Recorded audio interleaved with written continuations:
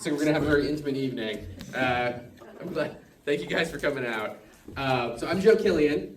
I'm Greensboro editor for a digital magazine called The Assembly. I'm also an alumnus of Youth Journalism International. This event is bringing together tonight a lot of things that are important to me, so I just want to take a few minutes before we start to talk a little bit about YJI. When I was 14, I was a kid from unincorporated Carteret County, North Carolina. My dad was a career Marine. We moved around a lot. We never stayed anywhere more than about 3 years. So I was a bookish kid and I loved to write, but I didn't have the sense that there were actual attainable careers in doing that. There just weren't any examples of it anywhere in my life. I knew that there were newspapers. I knew that TV and radio existed, but to actually work in a newsroom, I thought that maybe you had to have been shot in a rocket from the planet Krypton, or you got bit by a radioactive spider or something. I'm still not sure that that's not the case, but my father, what changed things for me is that my father, who fought in multiple foreign wars and for whom the Marine Corps was a way of life and a reason for living, pulled maybe the least favorite assignment of his entire career. He got assigned to suburban Connecticut, where he was supposed to help run a Marine reservist station. The kids there thought that the uniform was going to get them girls. They were very upset when they found out that he actually wanted them to be Marines. He ended up hating that job. My mother hated living up north, but it ended up really changing my life forever. And it really made the whole rest of my life possible, because two reporters for the local daily paper, the Bristol Press, cared about where the next generation of journalists was going to come from. Jackie Majerus and Steve Collins, a married couple reporting side by side in a small daily newspaper newsroom, started what would become Youth Journalism International in 1994. Working out of that newsroom, out of their own living room with no money and little support, they pulled together students from local high schools and began teaching them about the fundamentals of journalism. They convinced their paper to give an entire page over to work by these students, a real daily newspaper. More than that, they convinced the editors to let some of these students later on do small stringer stories for actual money. This is how I and several other young people who were part of this group got our first professional bylines. It's how we encountered our first professional editing. It's how we navigated our first professional newsroom. Jackie and Steve, two people living the crowded, hurried, and broke as hell lives of daily newspaper reporters with two small children, did all of this on their own time and on their own dime because they cared about the future of journalism. They cared about finding precocious kids with the spark that all real reporters recognize in other reporters, whatever their age. They cared about transforming the kids who had annoyed their teachers and their school administrators with inconvenient questions and uncomfortable truths, and turning them into the real pain in the ass adults who would annoy mayors and state senators and congressmen and top military brass for a living. And I was lucky enough to be one of those pains in the ass. Over the last 30 years, Jackie and Steve went from working with a small group of Connecticut teenagers to working with more than 650 young people all over the world. India and Pakistan, Israel and Gaza, England and Ireland, China and Japan, Madagascar and Ghana. YJI students have filed stories from every continent on the face of the earth. They have reported from the heart of the Arab Spring, on the ground in the middle of the aftermath of Hurricane Katrina. They have reported from their homes and villages with no electricity. They have used their own voices, sometimes at great personal risk, to speak truth to power in countries and in cultures with no tradition of a free press and no constitutional protections for freedom of speech. Their students and alumni have won state and national awards from professional journalism organizations, become professional reporters, photographers, and other communications professionals, but also doctors and lawyers, teachers and artists, scientists and social workers. Their students have also made lifelong friendships through this organization. I was lucky enough to meet Amanda Lamert through this program, the woman who many years later would become my wife. We would ourselves become reporters and work side by side at 3 daily newspapers. We would educate and nurture young journalists through YJI and beyond. None of that would have been possible, and none of the work that we have done over the course of the last quarter century would be possible without Jackie and Steve and Youth Journalism International. Know them, know us, full stop. YJI has never charged any student or their families to be part of YJI. If you're moved to contribute to their mission, you can look on the program that you were given on the way in tonight for a QR code that'll let you make a tax-deductible donation. Tonight's event is a chance for the next generation of journalists to talk with some of our state's top journalists of minds about the future of what it is that we do. I couldn't be more excited about that, so I'm going to introduce our panelists. Please hold your applause until everyone's on stage, and then we'll show them some love. Bill Adair is the Knight Professor of the Practice of Journalism and Public Policy at Duke University. The creator of the Pulitzer Prize-winning website PolitiFact, Adair has been recognized as a leader in fact-checking and digital media. He worked for 24 years as a reporter and editor for the Tampa Bay Times, formerly the St. Petersburg Times, and served as the paper's Washington bureau chief from 2004 to 2013. Come on up, Bill.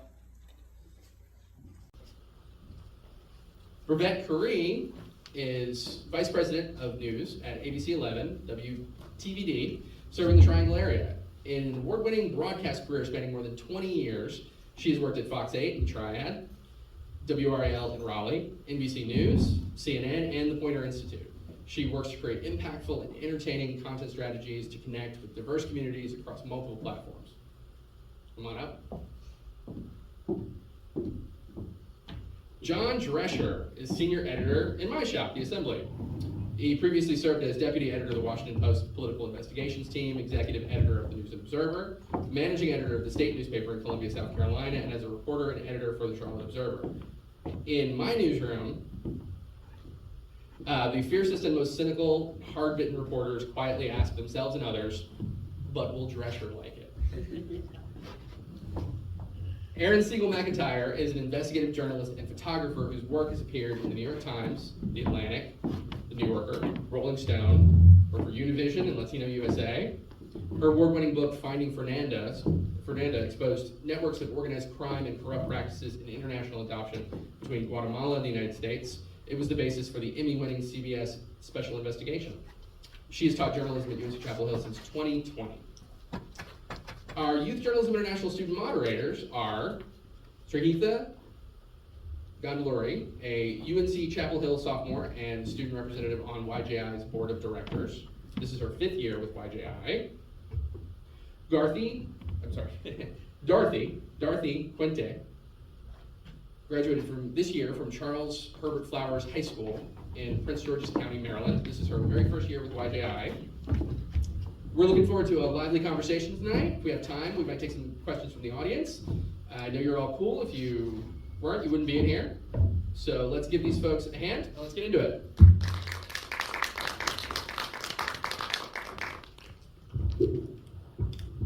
So this is a general question just for everyone to get us started.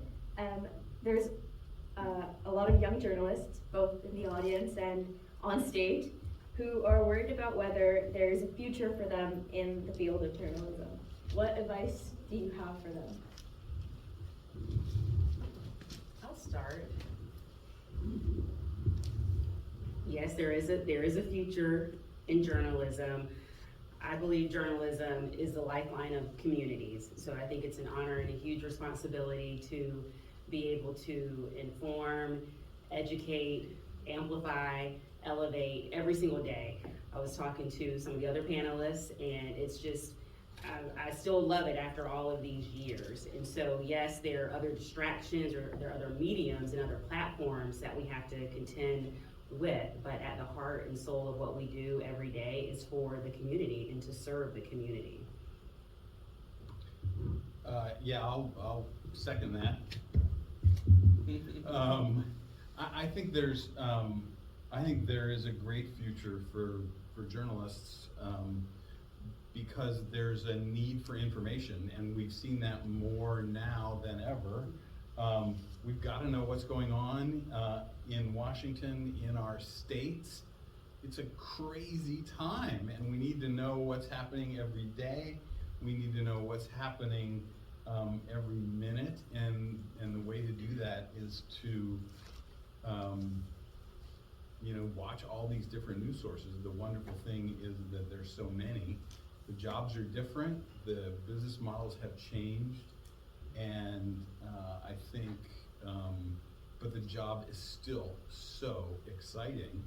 You rarely meet anyone who does the job and for whatever reason may move on to a different job who doesn't say, I love being a journalist, because it's just so darn much fun. Yeah, I'll jump on that. It is fun, but it's also really hard. is there still a path? There are so many paths, and there are so many paths that are sort of in the process of being built. And that's where I think the youth do come in a little more, because we'll talk about this later on, but there are just so many opportunities for creating and building, and we need people who are resilient and creative and unconventional to sort of take the reins and help us all move forward. It's such important work, and it's so worth doing. I've been trying to quit journalism for a long time and haven't been able to do it. Most recently, a few years ago, Bravette and I were talking earlier because she's, as a news director at a TV station, just like in this mix every day where, there's always something, there's always some fire to put out, some problem. And I did that kind of daily journalism for a long time. And then about 4.5 years ago, thought, you've done this for almost 40 years, and maybe it's time to start doing some other things. But then I called up Kyle Villemain, who's the founder of the Assembly, and anyway, that's what I've been doing for the last 4 years.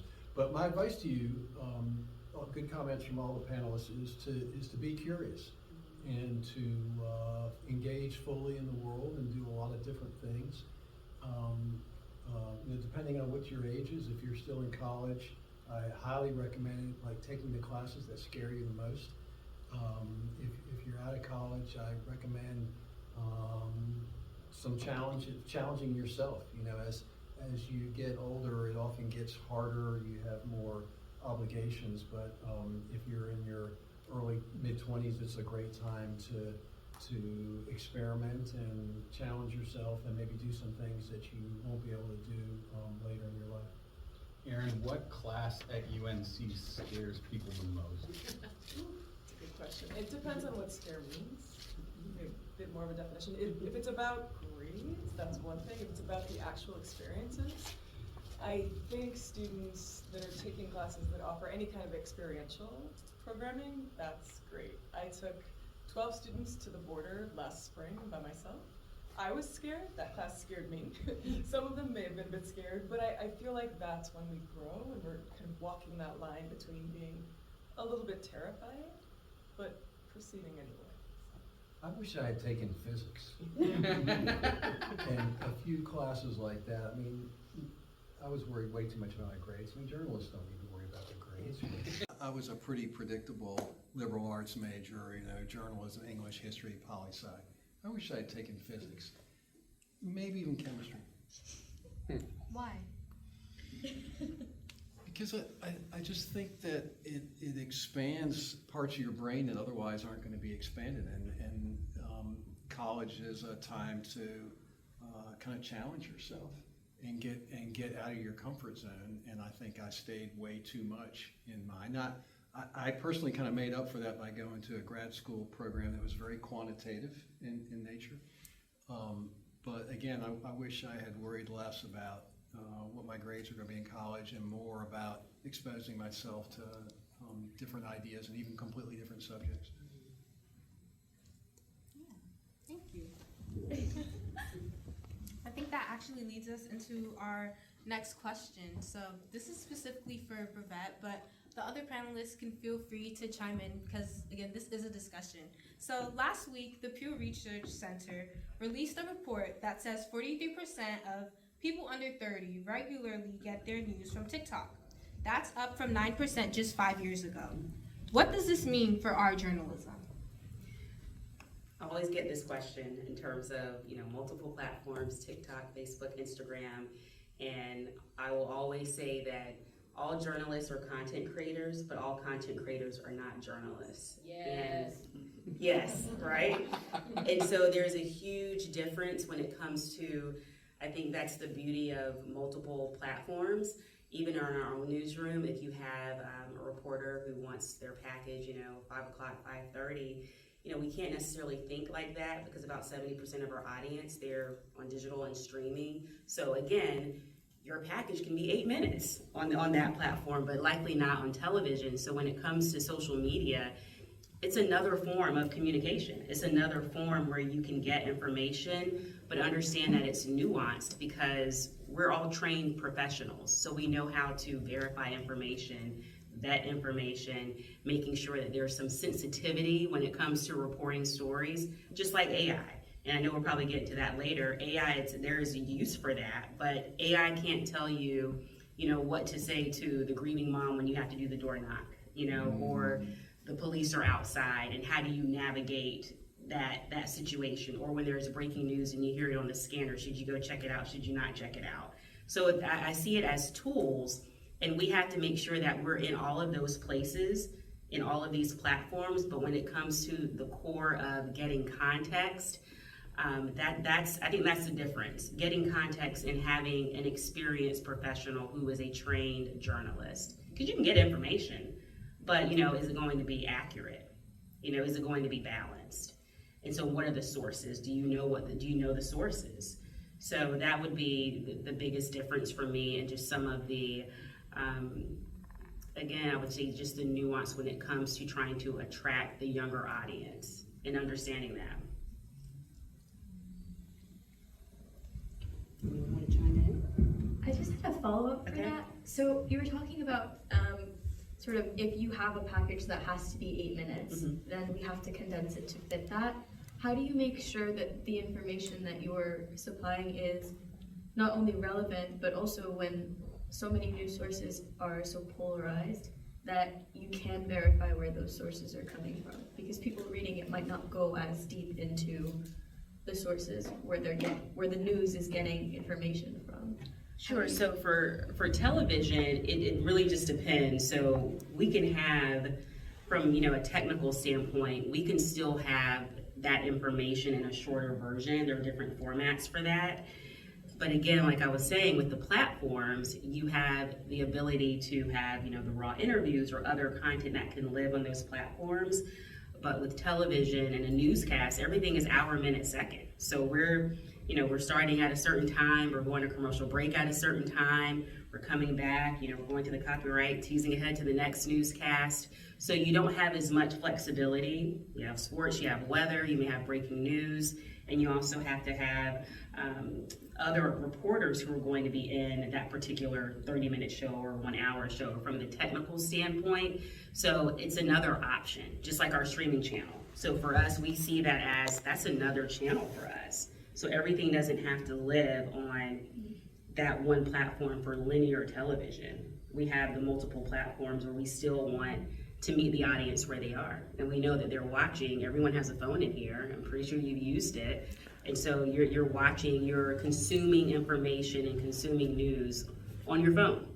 And if there was breaking news right now, everyone's phone would probably go off with various alerts. So, it's constantly around us, but we have to, from a television standpoint, determine, how can we weave that information across the various platforms to meet the audience where they are. Thank you. I want to put a plug in for reporting. Reporting is the foundation of everything that we do in journalism. And even if you don't think long-term that you want to be a reporter, that you see yourself in some other capacity in journalism, I would still encourage you to be a reporter for at least a couple of years. Because everything that we do is built around a foundation of quality reporting. So that's my plug for reporting. And when I'm talking to young people who are thinking about journalism, I say, even if you're not sure that journalism is your long-term career goal, 2 years of being a reporter is a fantastic preparation for almost anything else that you'll do in the rest of your life, whether it's law school or med school or business or whatever. Being a reporter for a few years is, I think, basically just the best preparation for almost anything that you do. And I also think it's a good preparation for the non-business side of your life or the personal side of your life, because I think it teaches you how the world works. I would also say, just with when I had my internship, one of my internships, I was an intern at Fox 8, so GHP. Later ended up being an EP there, and I remember when I was a student, just learning how to write and sitting in the newsroom, and they gave me a few scripts to write a VO, a voiceover, so about 20 seconds, and I just remember just the clock just ticking, because I didn't know, I just couldn't get it in my my head how to just formulate, you know, a lead-in or anchor intro, and then it just takes time. Like he was saying, you just have to keep at it. And then eventually, of course, I got there, but you're gonna have those instances where it's going to feel like you maybe can't do it. So it's great to have a support team around you, but just to continue to push through, because the challenges are gonna be there. We already know this. But now when I talk to students or even some of the younger journalists in our own newsroom, it's meeting them where they are, because a lot of times they don't know what they don't know, and the industry has changed so much, so many are advancing at a faster rate in certain markets, and sometimes they're not always, you know, well-rounded. I started off in a very small market where I probably didn't have attribution when I was writing some stories and convicted someone, you know, but I made those mistakes going to black on television, not timing the show correctly. But by the time I was able to continue to be promoted and move up in market size, I still made mistakes here and there, but at least I had a strong foundation. So I do value those experiences with working in a smaller market.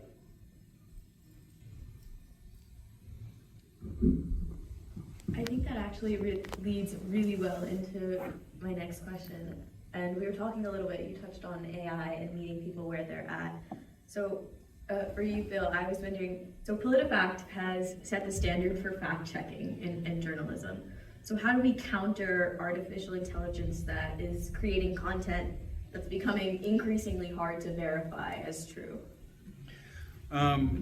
It's challenging because it's so easy to make, and we saw this coming as soon as ChatGPT was introduced, and we could see that generative AI could be used so easily by the bad guys. Sort of a few pieces to when you think of AI. And AI is sort of a broad term that means different things to different people. A lot of people think of it as just being generative AI, using large language models to create text, but it really is a broader term that can mean anything that humans do, and that's sort of how I think about it in journalism. And so my friends at PolitiFact, I'm no longer involved with PolitiFact, my friends at PolitiFact are trying to use it to work faster. Fact-checking is still very much a human enterprise. It's difficult to look at the nuances of human speech, because a claim that's made by one person that's similar to another could actually be the opposite. So it's not like we have found quick ways to generate instant fact checks, but we're getting there. And so as I look at what's being done in the field, there's sort of different phases. One is detection. Are they detecting in different places that false claims are being made, and how quickly can they use the same platform to spread a fact check? Now, that's one thing, but how effective is that fact check at convincing Uncle Bob that that thing that he just read is wrong? And I think we all have an Uncle Bob, right? Who we know who is inclined to believe something from Uncle Bob's political group, and Uncle Bob is not gonna see something from some fact checker and believe it necessarily. And so I think that's in many ways at least as big a problem as how effective the AI is. And so I think we need to think about that, because it's not like just saying, hey, Uncle Bob, read PolitiFact. And then he's gonna like get it and be like, oh, wow, I can't believe I thought that illegal immigrants were coming to the United States and committing all these crimes. They're not. Uncle Bob has that drilled in his skull from watching Fox and Friends every morning, and like he's a believer. So we need to be looking at this other piece too, and that's the human piece. And I think we need to be studying that and thinking of it, and not just in terms of one political side, but everything. And I take this very seriously. When I came up with the Truthometer was not a persuasive device. The Truthometer was journalism. And people were like, I remember having a debate with David Carr from the New York Times in 2010, and David was like, well, fact-checking's a failure, and so, yeah, because politicians are still lying. Like, oh, I never claimed that I was going to stop that. But I think we need to look at ways that our journalism could be more effective at persuading people. And so, anyway, I hope that can happen in the near future. And but don't hold me responsible. Because, the Truthometer is journalism, it's not a persuasive device. And so I think that's at least as big a challenge as the AI piece. Now, I can talk about also the AI piece because I've experimented with that in a whole different thing I work in Duke, if you want to talk about that. Yeah, I think that's really interesting. I was also wondering, Professor Siegel-McIntyre, you're one of 2 journalism professionals here with us tonight who's working in teaching. And so how do you think that AI has been changing how journalism educators operate? I think the question is actually how is it not changing how we educate? And I think we're all grappling with it in different ways. And I think to what Bill was saying before about helping Uncle Bob and sort of basic media literacy, I think that's the elephant in the room right now in American journalism, in that most students that come into my classroom, when I'm teaching an intro level class, what is journalism? That's a question we always talk about because folks do get their information from the internet, from TikTok, from random influencers, and they often do so because of the vibes, not necessarily because they vetted their sources, right? And I think you can extrapolate that sort of concept of news consumption, I'm sort of using air quotes, news consumption, to a lot of the American public at this point, right? We all know that trust in media is in the dumpster. It's been that way, and it just keeps getting worse. And we haven't yet cracked the code regarding how to turn the ship around. And so when we start thinking about AI and how AI is being used today in professional newsrooms, which I would argue is an absolute mess, it only makes it worse, right? And so when we think about AI and teaching journalism classrooms, I try to spend a lot of time on basic critical thinking, which is key to reporting, being a good reporter, doing that kind of work, and thinking about, well, what are we gaining? Where is this technology at today? We read current studies. My former classmate, Hilke Schellman at NYU now, just released a study and wrote about it in Columbia Journalism Review, in which she was testing with a team large language models, doing really simple reporting tasks that take up a lot of young reporters' time. Stuff like, going through notes from different government meetings at the very local level. And so she was running all of these transcripts, notes, etc., through the large language models to produce summaries to see what the accuracy might be and comparing it to what human reporters did.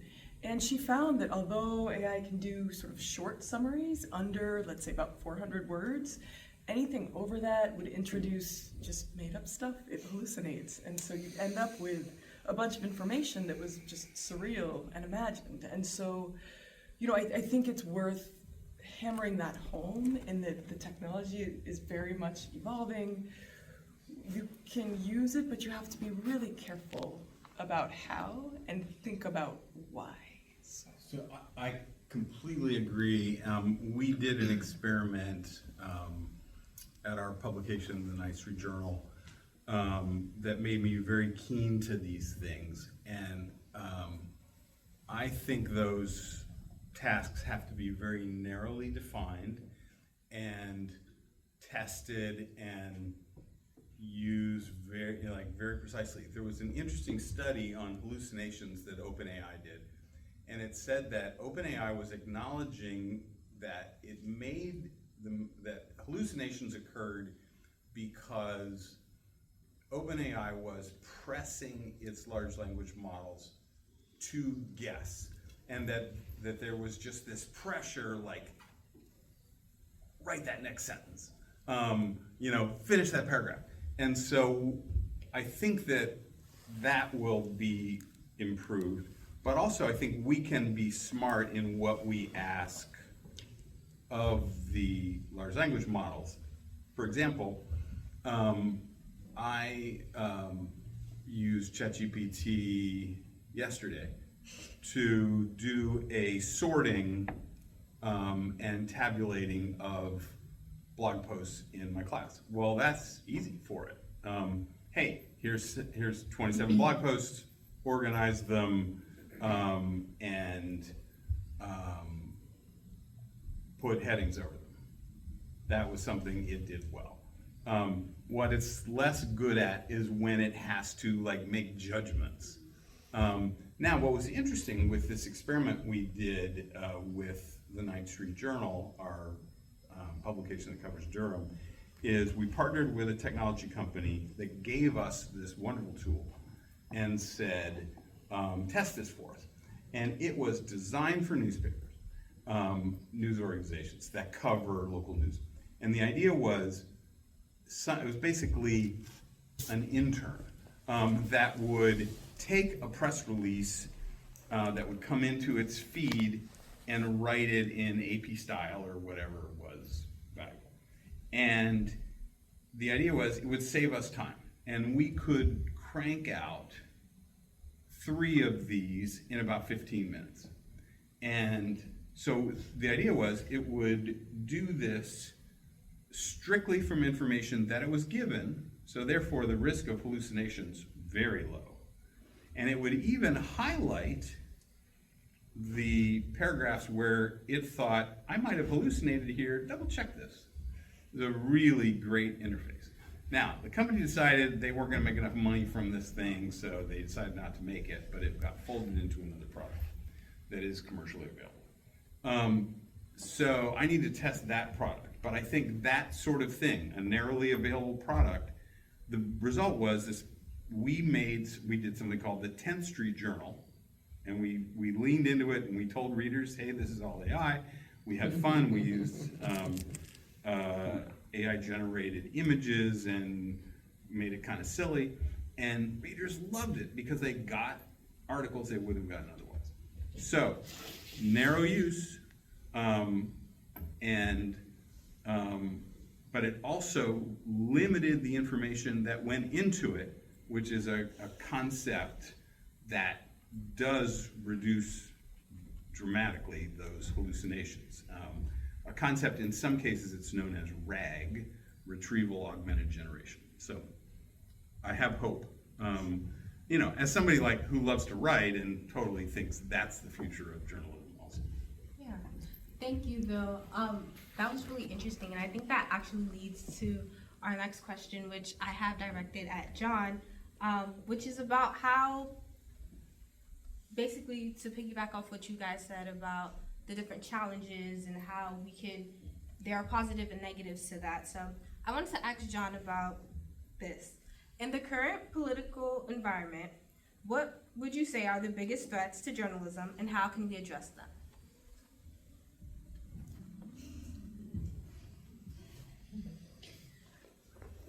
I think the biggest threat to journalism is that the financial models that have supported journalism have broken. And as it becomes splintered, the internet has allowed audiences to splinter.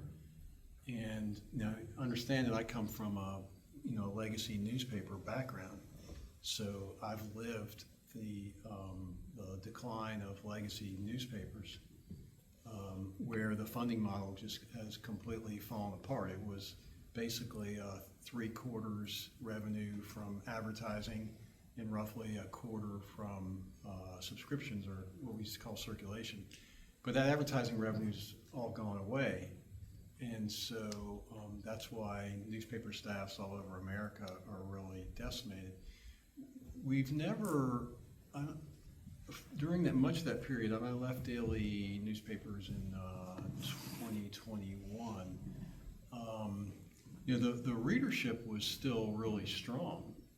It wasn't really a readership problem when you counted both print and digital. It was a revenue problem, and that's still I think the biggest challenge that we have in American journalism. There's a lot of startups out there. I work for one. We're almost 5 years old. That's great.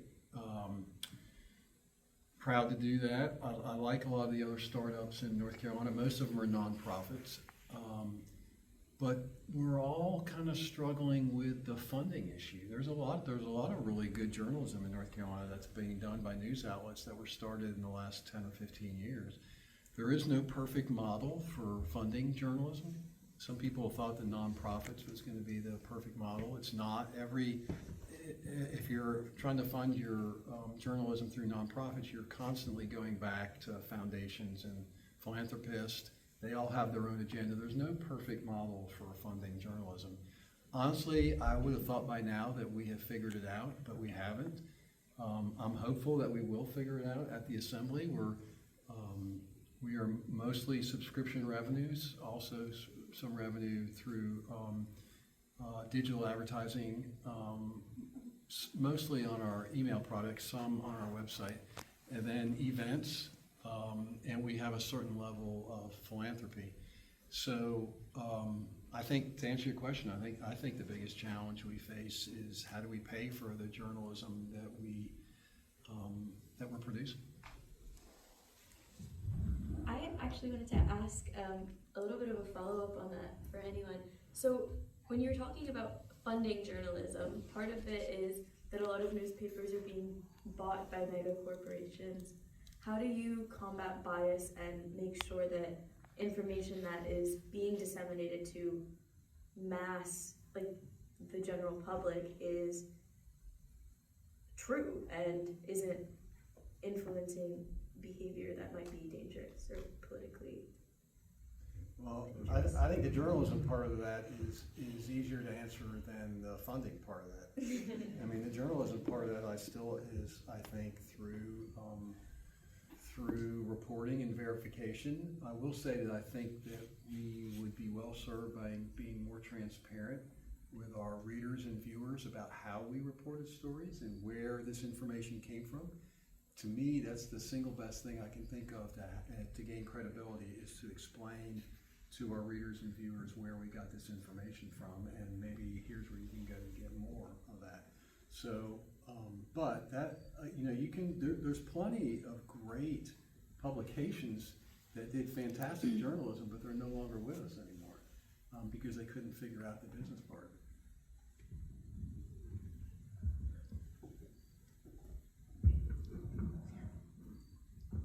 I also have a follow-up. So you mentioned about funding, and I have a question about accessibility, because you were talking about how at the Assembly you guys have most of your funding is coming from subscriptions. How do you juggle making sure that the news that you produce is accessible to people who might not have access to pay for those subscriptions and things of that nature? Yeah, good question. Now, one of the benefits, I think there's pros and cons to every funding model. One of the benefits of the nonprofit funding model is that most of the nonprofit funding model, it's a condition of their funders that they present the information for free. So that's great. A reader gets free access to your website and your journalism. That's not our model. Our model is that you have to pay. Now, it's not a huge amount of money. For some people, it is. We're $6 a month or $60 for a year. So it's not a huge amount of money, but there are some people clearly who don't have $60 to spend on journalism for a year. So I don't really, we do publish email newsletters that are free.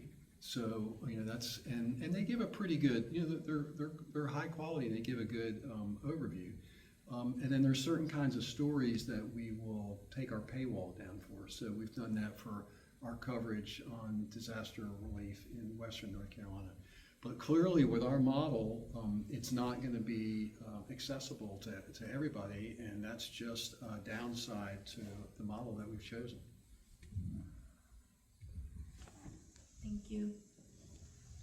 So, in addition to accessibility of newspapers in general, I kind of wanted to ask about accessibility for journalism education. And so, as professors, Professor McIntyre and Professor Dare, what do you encourage young journalists who are looking into the field? We've talked a lot about how it's changing.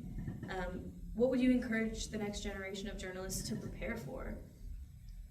That's a really good question. There is so much to prepare for, and it's more about sort of reading widely and also meeting people who are already working in journalism in varying capacities, right? I think anybody that's been in the game for more than a year or two is always really happy to meet a young journalist or would-be journalist for a coffee, for breakfast, and to talk about their path. And I think the more people you talk to, the more empowering it is, because there are so many different paths and so many ways to be a journalist today that I think that can open up avenues you might not have thought about yet. That would be my main piece of advice. Totally agree with everything Erin said, and I would add, think really broadly about how you look at journalism, and I think this gets to what Bravette was talking about in platforms that I texted a couple of my students over the weekend. I'd seen this great Instagram reel that was a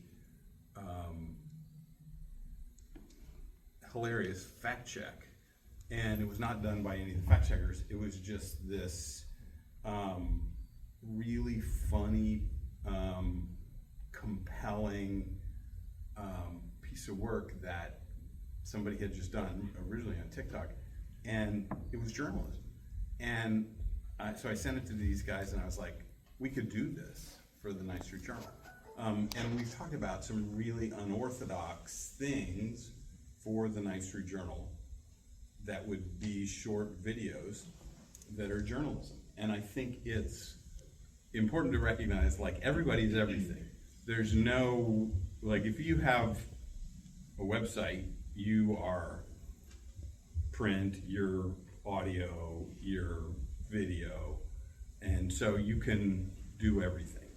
I was a Pulitzer juror this year, and some of the best entries were from a newspaper that as you read the entry, it auto-played video. And it was just tremendous. So so I think we need to realize, like, everybody is everything. And so you're not just, and it used to be like, you're a multimedia journalist, like, you're just a journalist, you know, and you should just be able to do everything. And so learn how to edit video and learn how to do audio, you know, and just like think, what's the best way to tell this story? And it may be words, it may be video. The great thing about working with these two guys is they're brand new, you know, and they're just like, let's do something cool, you know. So it's great. I love this. So and it opens my eyes as an old guy that, you know, like, I'm not bound by the old way of thinking. I would also say just immerse yourself in the world of journalism, in various roles, various newsrooms, different types of news, because you may not know what you don't know. I was that person. I thought I wanted to be a reporter when I was a student at North Carolina A&T. Producing I didn't really know what that meant. I was thinking more production, and I'm not technical at all. I'm more creative. I love words, not numbers. And so when I got my first job, I said, okay, I'll start as a producer and then I want to make the change to reporting, but I found out that I loved crafting and executing a vision, coming in and, you have crime, politics, pop culture, entertainment, medical news, consumer news, and just finding a way to just piece all that together. And so I never went the reporting route because I just started in producing, had producing jobs, then became, an EP and then other news management roles. But that was the beauty of it all, because I thought I wanted to do one thing, but then I found out that I truly loved something else because I didn't have a full understanding of what the role encountered. So immerse yourself, be curious, and always stay curious. And you have to be a great writer. You still need to know the fundamentals of what makes a great story.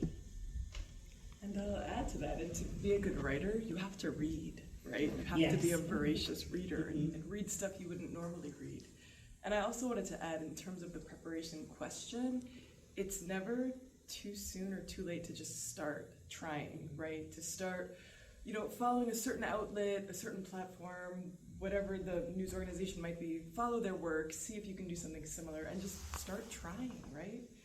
Pitch stories, find mentors, and just start practicing. And when you're interviewing, because I encounter this a lot too, no matter the medium, no matter the outlet, please know something about the organization. Please double check the website, watch the newscast, listen to, the news report, because I come across many candidates who just haven't seen, they can't tell me what was on the news or what the big story was. And you can tell when they're trying to come up with an answer, but they don't know, but we know. And so you want to just make be a great representation of a journalist, because we do take that very seriously. I'm gonna guess it was a shooting. Yeah. Or it's very general. It's not anything specific. Yeah, she's great. It was a great job. Everything looks good. So we want specifics, and the details matter. That's why we're journalists, right? The details, we pay attention to the details. Yeah, thank you. And I feel like this discussion has actually led into the next question that I have, which is about kind of what you guys said about the diversity in journalism and having different mediums to choose from in order to make sure that you're telling a full story, but also including different parts of that. So here at Youth Journalism International, for the last 4 years, Youth Journalism International has brought together students from around the world at global conferences in Istanbul, Prague, Mexico City, and recently Cape Town.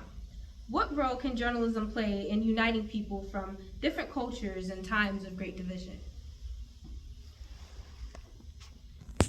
Well, I'll take a crack at that. At least to start, I'm the co-founder of the International Fact-Checking Network, and I've seen that firsthand, and it's really amazing. So when I started PolitiFact, we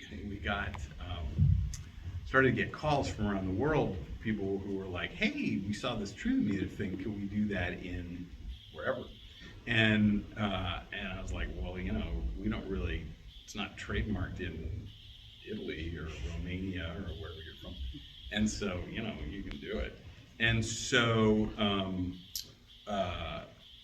but we did license it, and my rule for licensing it was it had to be a country that spoke English so that I could do some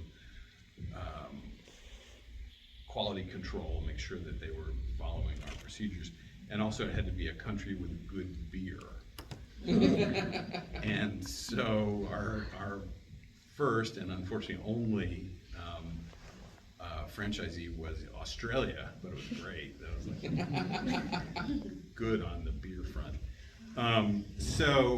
Anyway, that then led to this organization where we brought all these fact checkers together, and there were all these journalists from all around the world who were doing the same thing because we all had the same problem: lying politicians. And it was amazing when you get all these people together and we traded information And hey, you have this problem? Yeah, we do. And what happens when politicians, challenge you? And the Italians were particularly good, and they had an agreement with their public television network, and they modeled it for us, and it was just incredible. So it's particularly good for fact checking because it's a unique genre. That's why I'm very impressed by what you guys are doing, because just getting out and seeing journalism in other countries, like South Africa, the fact checkers in South Africa, so important, and it's particularly hard there, as you may have found when you visit Cape Town, because journalism in South Africa is difficult because there's not much public data. It's hard to do the sort of accountability journalism that we do here in the United States or in Europe. And so I got this tremendous appreciation for bringing journalists together, and it was just wonderful. I'm looking at you because you have a lot of international journalism experience. I do, and it's funny, I was thinking while you were speaking, Bill, around just, every country, the press corps is going to act a little differently. I was based in Mexico for around a decade in Tijuana on the border, and I worked before that for a long time in New York City as a photojournalist, and just the press pack is so different. You work so differently for many different reasons, but I think what transcends, no matter where you are, no matter what kind of a story you're working on, or even what outlet you're filing for, is the fact that you are required to do a whole lot of interpretation and translation. Even if it's in your own backyard, talking to, the person down the road, you still are responsible for this. How do I represent what's being told to me? How do I translate it for my potential audience that I'm imagining? Right? There's so much of that work which is eternal and also universal. So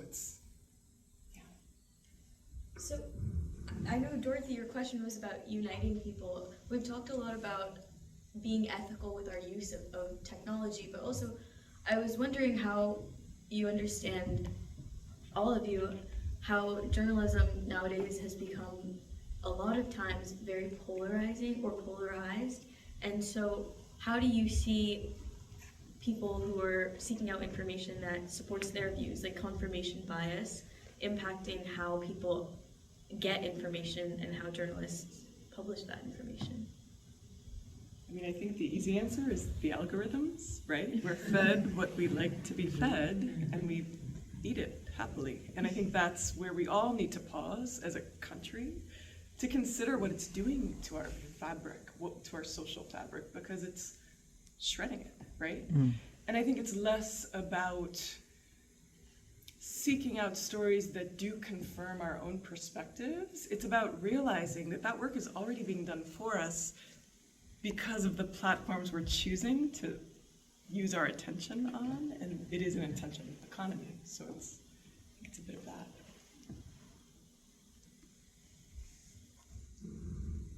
I might kind of riff on that question for a little bit. I'm not sure this is really answering your question or not, but I'll go ahead and throw that anyway. So I think journalists are a lot better at writing about problems than they are about solutions. And there are a lot of reasons for that. We want to be, the truth squatters, the watchdogs of democracy. That's a really important role that we play. But at the same time, not everything is broken, and actually there's a lot of things that work. And actually there's a lot of innovative things as you get more on the ground level, more local. There's a lot of innovation out there, and people, whether they're working in government or not, who are working towards solutions, and sometimes in a really innovative way. And so I wish we would write about those things more. And it's not a natural journalistic impulse to write about things that work or innovative ideas, but I think that we should make it more of an instinct. And if we did, that there would be an audience for that was very broad and crossed across all kinds of tribal lines. I agree with that. It's a great comment. Just being more solution-minded, accountability, watchdog, as you mentioned. Even when it comes to, I was thinking about a story we did yesterday because it's Domestic Violence Awareness Month. So we've covered those stories where, young people may have been shot and killed in domestic violence relationships and things like that. And so as we had our editorial meeting, one particular case, the suspect was in court yesterday. And so it got us thinking about, okay, it's Domestic Violence Awareness Month. Someone mentioned that. And the comment that I made was, it's not just focusing on just that one person or that one tragedy. How can we broaden it out? But then also provide some solutions, because one story was a college student, young person. So providing some solutions, something that's going to be tangible for the audience versus just, these horrible stories, parents and families are grieving. Let's take it beyond that. That's one part of the story, but it's not the entire story. So following it up with resources, numbers, and hotlines that you can call if you find yourself or someone in that situation. Same thing for mental health. Same thing for gun violence. So just making that, I don't think it's always automatic because we're just so used to just who, what, when, where, why, how, and kind of moving on sometimes, especially with television and spot news, but thinking about, okay, how can we minimize harm? How can we still try to help and provide solutions? And following up and following through. Thank you. So unfortunately, we are coming to an end for our night, but your comments were really insightful and actually lead us into the last question that we have for you guys. So if everyone could provide something, that would be really exciting, because it's, what positive signs do you see for journalism in the future of the field? You guys, I just think that, and it's the same every day, that when I see students who are energized by this great business and work the way that I was, and that you've gotten to go all these places and do these important things, it reminds me of what I did and why I still do it, and that gives me hope. I would echo that. We're here tonight on a Thursday evening talking about journalism. I mean, this is what inspires me. And I was telling John, I've only worked in a newsroom. I've never worked, as an adult, I've never worked anywhere else. So I don't know what that looks like, what it feels like.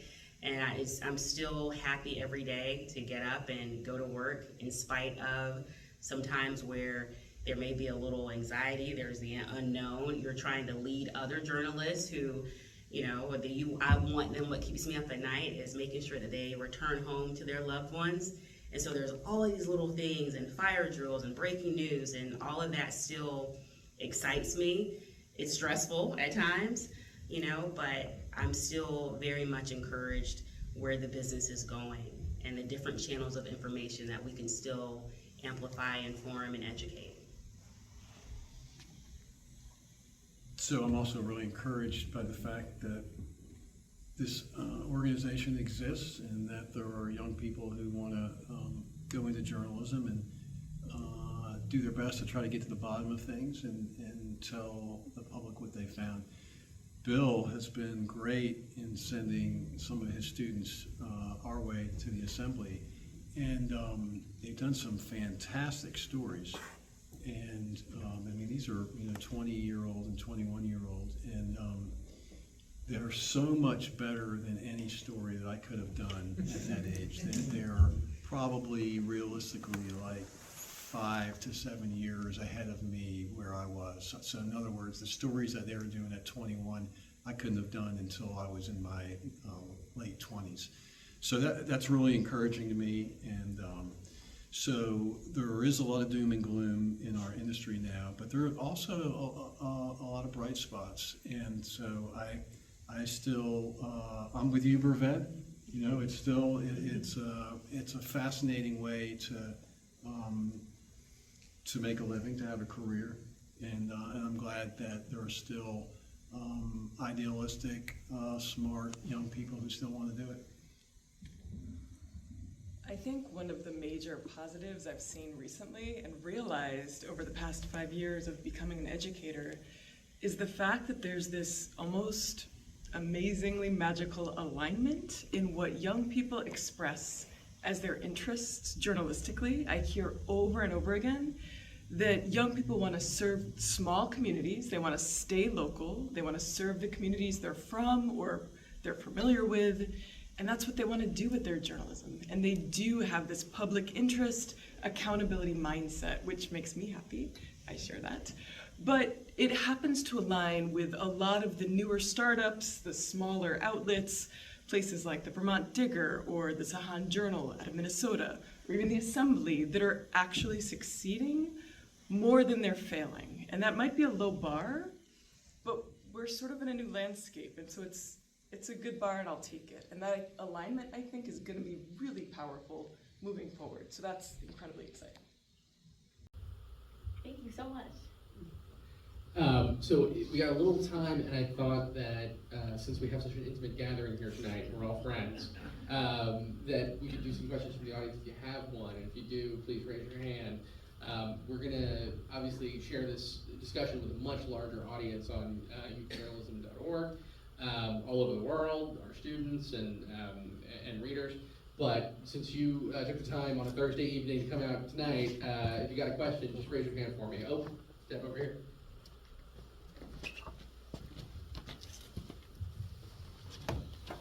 I really enjoyed how you all had such great perspectives, and I feel that there is hope in journalism. But I wanted to ask you a question that relates to a doom feature. So pardon me for that. I'm at the School of Journalism like Professor McIntyre, but this question doesn't relate to any school. Gallup, as you know, has been surveying audiences, American audiences, and trying to find out how much trust they have. So they have been doing this for 52 years. So in the 70s, it was like around 75%, and that was when the Watergate happened and the Vietnam War happened. But just today, they released the figures for this year. So from September 2nd to 19th, they surveyed people, and the trust number is at a new low, 28%, compared to 31% last year and 40% 5 years ago. So we are at a new low. And I wanted to also relate this with another survey, another study that came out in, this was in England, the Reuters Institute for Journalism. They revealed for the first time that American audiences were not getting their news from the channels that we traditionally think of, not newspapers, not television, they're getting it from social media. And this was 13 years of that study they documented. So that brings me to one important point. How can we navigate this where there is only 28% of the people who are trusting us. Now I'm not going to go into the political divide. Apparently Republicans, if somebody has to they only trust the 8%. So I'm not going to go into that. But let's stay on with 28%. So media trust has been a problem, and I don't think anybody does anything about it. And the second thing is, how do you deal with an audience that is really not engaging with your hard work, but is engaging with social media, which really niches off the hard work of the traditional journalist, pardon my expression. Thank you. What do we think? Easy question, softball. I mean, I do think it starts with civics education and also media literacy and K-12 curriculums for one. And I also think it starts with serving local communities and building. There's a whole lot of building we have to do as the traditional news ecosystem crumbles, right? It's gonna keep crumbling. What's going to arise out of the dust? It's gotta start from the ground up, and it can't be for profit. That's my opinion.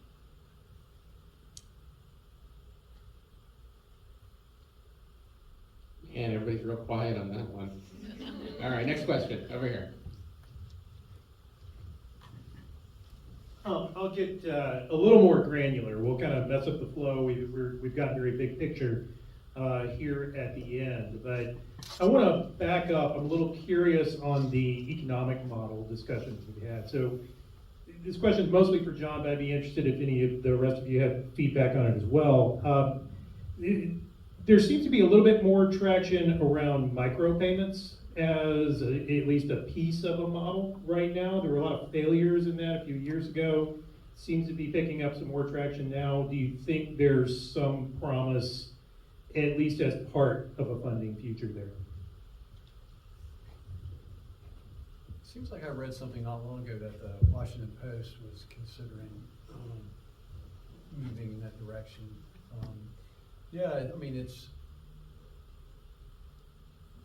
you know, I think it's an interesting idea. I don't know that anybody has really tried it that much in for journalism. You know, it seems to have worked in music, and I hope the Post will experiment with it. I don't really have a whole lot to offer more than that. I mean, I think we, you know, if you're not going to be the nonprofit model, and maybe we are. Aaron likes the nonprofit model, and there are good reasons for it. But for those of us who are trying to make at least a break-even model, I'd certainly be open to the idea of micropayments. It makes a lot of sense. So that's. I think it's going to be a combination of things. As I mentioned before, at the assembly, there's basically four parts to it. One is subscriptions, advertising is 2, events are 3, and right now, in the short term, we are have a certain amount of money that's philanthropy. But I wouldn't necessarily rule out that philanthropy being part of a long-term solution too. That could be that philanthropy is the difference between being profitable and not profitable. Could micropayments fit into the subscription revenue part of that? I'd be open to it. Back here. Hi, my name is Nia. I'm a student. I came from Elon. Oh yeah, hi. Okay, but I wanted to ask a question about as large networks, CBS, CNN, and now YouTube sort of cave in lawsuits to the current administration. How can we as journalists continue to stand by our work when these like larger networks who sort of profit off of the hard work that we do show that they maybe not necessarily don't have our back, but are willing to cave and to give in to these large lawsuits? I'll say for us, you know, these conversations come up, and I try to focus on what we can control every day.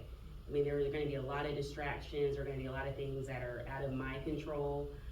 So just getting the team focused on being, again, the lifeline of the community, the good, bad, and the ugly, and trying to portray that, trying to report on what is happening to keep us focused, because that's what the community is depending on. There are going to be so many different viewpoints, and it's not like you're going to win each conversation because there's just so many views.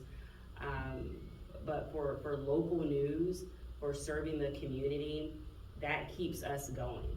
And so if someone wants to have those conversations off on the side about their own opinions, we want to serve the community. We want to see what is happening, any follow-ups, breaking news, weather, all of that. And so that's just the mission with high impact storytelling, to provide the context and perspective. Now we do have the luxury of, we're owned by Disney, so we do have the luxury of utilizing resources from the network, from an editorial standpoint, that helps strengthen our storytelling. But all of the other distractions from a local newsroom, just staying focused and controlling what we can control. So I'm gonna say I completely understand your point of view, because you gotta do what you gotta do, but it's terrible what those big companies have done, and it's frightening because it puts everything at risk. And we need to really worry about that. Those companies have caved completely to Donald Trump. And it puts our freedom of speech, our freedom of press at risk. They have done that because they care more about their corporate interests than our freedom. And I'm deeply worried. And I'll add on to that by saying you can never expect your company to fully have your back, and that onus is upon you as a journalist to know that you've triple, quadruple checked all your facts. You've made sure your story is as bulletproof as it can be, and it's also on you to know your own rights, right? What are your rights, and what lawyers can you talk to? It's creating those networks of safety and protection before you need them, one, but also having relationships that you can then turn to, right? Places like Reporters Committee for Freedom of the Press is something we all should support. They match legal counsel to reporters who need them, from everything from active litigation to FOIA cases. But you know, conglomeration, antitrust issues, there's so much going on at the very top levels that we have to organize sort of from the ground up with each other, because we are the people that make the product, right? It's not all the robots. Yeah, I don't think I can say it better than those before me have said, and Bill's absolutely right. You know, Aaron, of course, the problem now is that you can do all of those things, and your company could get sued, and they would still settle, even though you've done a rock-solid piece of journalism. You know, I think this is a discussion for another day. I think corporate ownership of journalism has been terrible for this country. You'd like to think that the people who run these corporations have some basic understanding of journalism and appreciation for it, and they don't. It's awful. It's terrible for American democracy. Yeah, I want to add that this is not just a problem of ABC, CNN, CBS. I mean, the local level, this is an enormous problem. When I was a young journalist and I was a young cop reporter, I got sued by a drug cartel. and my reporting was absolutely rock solid. My editors knew it. They backed me up. They said, now it's the job of our lawyers to deal with this. And I had to get deposed, and it went on for months, and they paid for it. It was a garbage thing, and it got thrown out, but it still cost money. And nowadays, that same newspaper that I worked for, I mean, they would roll over in a heartbeat and, you know, not fight anything that came their way. And it's really sad to see at the local level where there are even fewer resources, it can be much more destructive. I mean, maybe not more destructive than, you know, to our democracy, to our freedom of speech, but, you know, for an individual reporter, really a wreck. We got one here, and I know this, no, okay. Anybody else? Or have we said everything we need to say tonight? All right, can we give a hand to our folks who came out to talk? Thank you so much.